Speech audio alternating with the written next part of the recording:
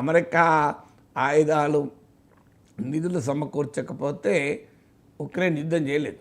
అందువల్ల జెలెన్స్కీ ఉపన్యాసాలు ఇవ్వగలుగుతాడు తప్ప రియాలిటీలో ఏం చేయలేడు. కానీ అది తెలిసినా జెలెన్స్కీ కొంత గంభీరాన్ని ప్రకటిస్తున్నాడు. సో నెక్స్ట్ క్వశ్చన్, అందువల్ల మొదలు యూరప్ ఉక్రెయిన్లు ఏ రకంగా ఇన్వాల్వ్ అవుతారు, ఏ రకంగా ఇన్వాల్వ్ చేస్తారన్నది తేలాలి. తర్వాత ఈ యుద్ధానికి బేసిక్ ప్రిమైసెస్ ఆపాలంటే ఏంటి? ఆపాలి అంటే ఒకటి టెరిటరీ.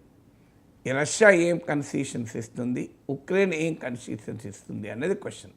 రష్యా కండిషన్స్కి వచ్చే వరకు నాటోలో ఉక్రెయిన్ మెంబర్ కాకూడదు అని. వాస్తవంగా ఈ అంశమే రష్యా యుద్ధం చేస్తానికి కారణమైంది. అది పుటిన్ కూడా ఎక్నాలెడ్జ్ చేశాడు. ట్రంప్ కూడా ఎక్నాలెడ్జ్ చేశాడు. పుటిన్ చాలాసార్లు చెప్పాడు, నాటోలో ఉక్రెయిన్ చేరితే రష్యా అంగీకరించదు.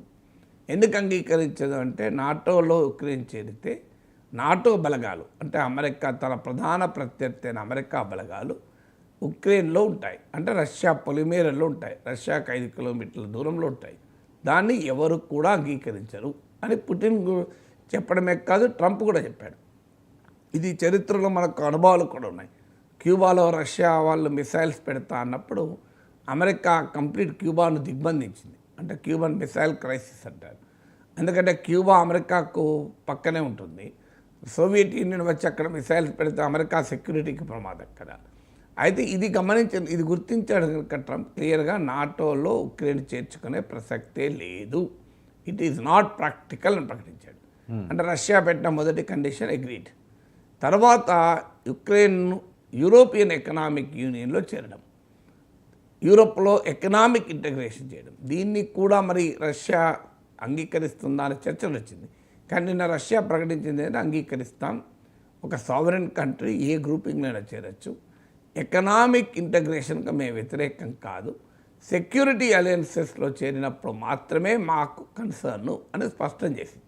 అంటే ఉక్రెయిన్ యూరోపియన్ యూనియన్లో కలవడాన్ని రష్యా అంగీకరిస్తుంది, వ్యతిరేకించదు, కానీ నాటోలో చేరడాన్ని వ్యతిరేకిస్తుంది అని. సో ఇలా ఒక్కొక్క రష్యా కొన్నిట్లో ఒప్పుకుంటోంది. అయితే మెయిన్ ఇష్యూ ఎక్కడ వస్తుంది అంటే, రష్యా ఆక్రమించుకున్న territory. Russia 20 to 30% of Ukraine టెరిటరీని ఆక్రమించుకుంది. 2014లోనే క్రిమియాను ఆక్రమించింది. ఇప్పుడు ఈ 2022లో ప్రారంభమైన యుద్ధంలో ఈ 3 ఏళ్లలో మరికొంత భూభాగాన్ని ఆక్రమించింది. లుహాన్స్క్ అని, డొనెస్క్ అని, డాంబాస్ అని, ఇవి మన పేపర్లోనే చూస్తున్నాయి ఈ పేర్లు. సో ఈ ప్రాంతాలని రష్యా ఆక్రమించింది. ఎందుకంటే యుక్రెయిన్కు ఉన్న క్యారెక్టర్ ఏంటంటే, ఉక్రెయిన్ రష్యా బార్డర్లోమో రష్యన్ మాట్లాడే ప్రజలు ఉంటారు ఎక్కువ మంది, అటువైపు వెస్ట్రన్ బార్డర్ అనుకుంటాను, ఉక్రెయిన్కు పోలాండ్ అటువైపు ఉన్న బార్డర్లోమో యుక్రెయినియన్ భాష మాట్లాడే వాళ్ళు ఎక్కువ ఉంటారు. ఈ రష్యన్ భాష మాట్లాడే ప్రజల్లో రష్యన్ కల్చరు, రష్యన్ ఇన్ఫ్లుయెన్స్ ఎక్కువ ఉంటుంది. అందులో కొన్ని ప్రాంతాలు అయితే రష్యాలో విలీనం కావాలన్న డిమాండ్లు, రెఫరెండములు అవన్నీ కూడా జరిగాయి. అందువల్లనే ఉక్రెయిన్లో రష్యాకు దగ్గరలో ఉన్న ప్రాంతంలో కొంత భూభాగాన్ని రష్యా ఆక్రమించింది. అలాగే రష్యాలోని ఒక చిన్న ప్రాంతం కురుస్క్ అనే ప్రాంతాన్ని ఉక్రెయిన్ కూడా ఆక్రమించింది. జెలెన్స్కీ ఏమంటాడంటే, మేము ఆక్రమించుకున్న ప్రాంతం ఇచ్చేస్తాం, మీరు ఆక్రమించుకున్న ప్రాంతం ఇచ్చేయండి అని. సమస్య ఏంటంటే, ఉక్రెయిన్ ఆక్రమించుకున్న ప్రాంతం చాలా చిన్నది, రష్యా ఆక్రమించుకున్న ప్రాంతం చాలా పెద్దది. అందుకు రష్యా అంగీకరిస్తుందా అనేది క్వశ్చన్. మరి రష్యా అంగీకరించినప్పుడు ఉక్రెయిన్ తన ల్యాండ్ వదులుకుంటుందా? ట్రంప్ ఏమంటున్నాడు, వదులుకోమని చెప్తున్నాడు. ఎందుకని ఆయనది కాదు కదా ట్రంప్ ఏంటంటే, అమెరికా ల్యాండ్ అయితే వదులుకోడు, వదులుకోకపోగా పనామా, కెనడా నాకు కావాలంటాడు, డెన్మార్క్ నా గ్రీన్లాండ్ కావాలంటాడు, కెనడా కావాలంటాడు. కానీ అమెరికా తనకోమో అన్నీ కావాలంటాడు ట్రంప్. కానీ ఇక్కడ మాత్రం ఉక్రెయిన్ వదులుకోమంటున్నాడు, ఏమన్నది వదిలేసేరాదంటున్నాడు. సో ఇప్పుడు ఉక్రెయిన్ ఆ ల్యాండ్ వదులుకుంటుందా పీస్ కొరకు అని. తర్వాత మరి ల్యాండ్ వదులుకున్నా కూడా నెక్స్ట్ క్వశ్చన్ వస్తుంది, మళ్ళీ రష్యా వార్ చేయదని గ్యారంటీ ఏంటి? దీనికి సెక్యూరిటీ గ్యారంటీస్ ఏముంటాయి అని ఉక్రెయిన్ అడుగుతుంది. ఎందుకంటే గతంలో ఇచ్చిన గ్యారంటీలు విఫలమయ్యాయి. మిడ్ 90sలో గార్బచోవ్ ఉన్న రోజుల్లోనే అగ్రిమెంట్ ఒకటి కుదిరింది సోవియట్ విచ్ఛిన్నమైన సమయంలో. ఆ అగ్రిమెంట్ ప్రకారం ఉక్రెయిన్ దగ్గర అణ్వాయుధాలు ఉండే. వాస్తవంగా సోవియట్ యూనియన్ అణ్వాయుధాల్లో రష్యాలో కొన్ని ఉంటే, ఉక్రెయిన్లో కొన్ని ఉండే.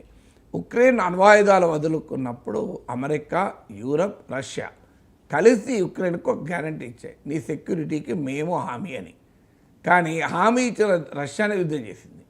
కారణం ఏంటంటే హామీ ఇచ్చిన అమెరికా, యూరోప్లు ఉక్రెయిన్ తమ మిలిటరీ కూడంలో చేర్చుకునే ప్రయత్నం చేశాయి. అగ్రిమెంట్ ఏంటంటే ఉక్రెయిన్ న్యూట్రల్ కంట్రీగా ఉంటుంది, ఉక్రెయిన్ యూరోప్కు రష్యాకు మధ్య బఫర్ జోన్గా ఉంటుంది, అది దాటి అమెరికా, యూరోప్ రాదు రష్యా వైపు అని అగ్రిమెంట్. సో కానీ ఆ అగ్రిమెంట్ ఉల్లంఘించి గర్బచోవ్కి ఇచ్చిన హామీ అమెరికా ఏంటంటే మా నాటోను తూర్పు వైపుగా మేము ఎక్స్పాండ్ చెయ్యము అని. కానీ తూర్పు వైపుగా ఎక్స్పాండ్ చేయడమే కాదు, చెప్పిన దానికి భిన్నంగా ఉక్రెయిన్ కూడా కలుపుకునే ప్రయత్నం చేశారు. అక్కడ రష్యాకు మండింది. సో మీరు ఇచ్చిన హామీ ఏంటి, మీరు తూర్పు వైపు రానన్నారు, ఆఖరికి మీకు మాకు మధ్య ఉక్రెయిన్ అన్న బఫర్ జోన్గా ఉంటుందన్నారు. అది లేకుండా మీరు ఉక్రెయిన్ కూడా చేర్చుకుంటే మేము ఎందుకు ఊరుకుంటామని యుద్ధం మొదలైంది. సో అందువల్ల ఇప్పుడు ఆ యుక్రెయిన్కు సెక్యూరిటీ మరి ఏంటి నెక్స్ట్, ఇక్కడ యుక్రెయిన్ అడుగుతున్నది ఏంటంటే అమెరికా ట్రూప్స్, అసలు ఉక్రెయిన్ అడుగుతున్న మొదలు మాకు నాటో మెంబర్షిప్ ఇవ్వండి. నాటో మెంబర్షిప్ ఇస్తే గ్యారంటీ, ఎందుకంటే నాటో ఒప్పందం ప్రకారం నాటోలోని ఏ సభ్య దేశం పైన దాడి జరిగినా మిగతా దేశాలన్నీ తమ పైన దాడి జరిగినట్టే భావిస్తాయి. అందువల్ల నాటోలో ఇటీవల స్వీడన్ చేరింది, ఫిన్లాండ్ చేరుతుందంటోంది. అప్పుడు ఒకవేళ స్వీడన్ పైన ఎవరైనా యుద్ధం చేస్తే అమెరికా నా పైన యుద్ధం చేసినట్టు భావిస్తుంది, జర్మనీ నా పైన యుద్ధం చేసినట్టు భావిస్తుంది, బ్రిటన్ నా పైన యుద్ధం చేసినట్టు భావిస్తుంది, ఫ్రాన్స్ నా పైన యుద్ధం చేసినట్టు భావిస్తుంది.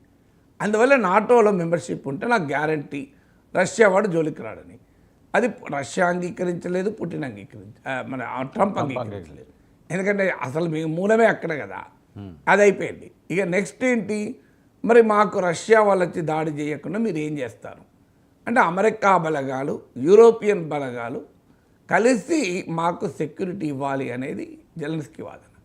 అందుకు అమెరికా సిద్ధంగా లేదు. మా బలగాలు పంపము, మా డబ్బులు ఇవ్వము, మా ఆయుధాలు ఇవ్వము, నీ దగ్గర ఏముంటే తీసుకుంటామంట అంటాం. ట్రంప్ ఇది బిజినెస్ మ్యాన్, ఆయన ఏమి ఇవ్వడు, ఆయన తీసుకుంటే ఉంటుంది. అందువల్ల ట్రంప్ వాదన ఏంటంటే ఎట్టి పరిస్థితుల్లో అమెరికా బలగాలు ఇచ్చే ప్రసక్తే లేదు. మరి నెక్స్ట్ ఏంటి, యూరోప్ బలగాలు కూడా ఏం చేస్తాయి, దాన్ని బ్రిటన్ ప్రైమ్ మినిస్టర్ ప్రకటించాడు, మేము యూరోప్ బలగాలు పంపించినా అవి రష్యాతో కొట్లాడవు, శాంతిని మాత్రమే నెలకొల్పుతాయి అంటాడు. సో రష్యాతో కొట్లాడినప్పుడు శాంతి ఎక్కడికి వెళ్ళొస్తుంది, రేపు రష్యా వారు చేస్తానంటే కాపాడమనే కదా పెట్టేది, మీరు వచ్చి ఏం చేస్తారు లేకపోతే. అలా అంతేకాకుండా యూరోప్ యొక్క సైన్యం తక్కువది, యూరోప్ డిఫెన్స్ మీద స్పెండ్ చేసేది కూడా తక్కువే. అందువల్ల యూరోప్ తనను తాను కాపాడుకుంటే కష్టమవుతుంది ట్రంప్ కాలంలో. ఇక ఉక్రెయిన్కి ఏం రక్షణ కల్పిస్తుంది. అందువల్ల ఈ సెక్యూరిటీ గ్యారంటీలు చర్చించాలి. నేను అమెరికా కూడా ప్రకటించింది, 2 అంశాలు ఉన్నాయి, సెక్యూరిటీ గ్యారంటీస్ ఒక కీలకమైన అంశం, అలాగే మీకు ఈ కన్సెషన్స్ ఒక కీలకమైన అంశం, దీనిపైన చర్చించాలి అని చెప్పారు. సో ఆ తర్వాత నెక్స్ట్ స్టేజ్ ఏమొస్తుంది, ఉక్రెయిన్ పునర్నిర్మాణం. ఎందుకంటే వారంలో దెబ్బతిన్నది, దీని పునర్నిర్మాణానికి అయ్యే భారం ఎవరు మోయాలి. అమెరికా ఏమంటుందంటే మేమేమీ పెట్టుకోము, కానీ మీ దగ్గర ఉన్న టైటానియం ఎత్తుకెళ్తాం, యురేనియం ఎత్తుకెళ్తాం, లీథియం ఎత్తుకెళ్తాం, ఉక్రెయిన్లో ఉన్న మినరల్స్లో మాకే వాటా కావాలి, ఉక్రెయిన్లో ఇన్ఫ్రాస్ట్రక్చర్ నిర్మాణంలో కాంట్రాక్ట్లు మాకే ఇవ్వాలి అని ట్రంప్ బిజినెస్ మొదలు పెడుతున్నాడు. అంటే ఏమీ ఇవ్వము కానీ అన్నీ తీసుకుంటామని. ఎందుకు, మేము పెద్ద మనిషి కూర్చొని మీ అన్ని పరిష్కరించినాం కదా అంటున్నాడు. సో పంచాయతీ పరిష్కరించుకుంటే ఊర్లలో ఉంటుంది, పంచాయతీ పరిష్కరిస్తే అందరు కలిసి డబ్బులు ఇస్తే ఈ పెద్దల పంచాయతీలో కూర్చున్న పెద్దలంతా పోయి రాత్రి తాగుతారు. సో అలాంటి అగ్రిమెంట్ ట్రంప్ చెప్పేది.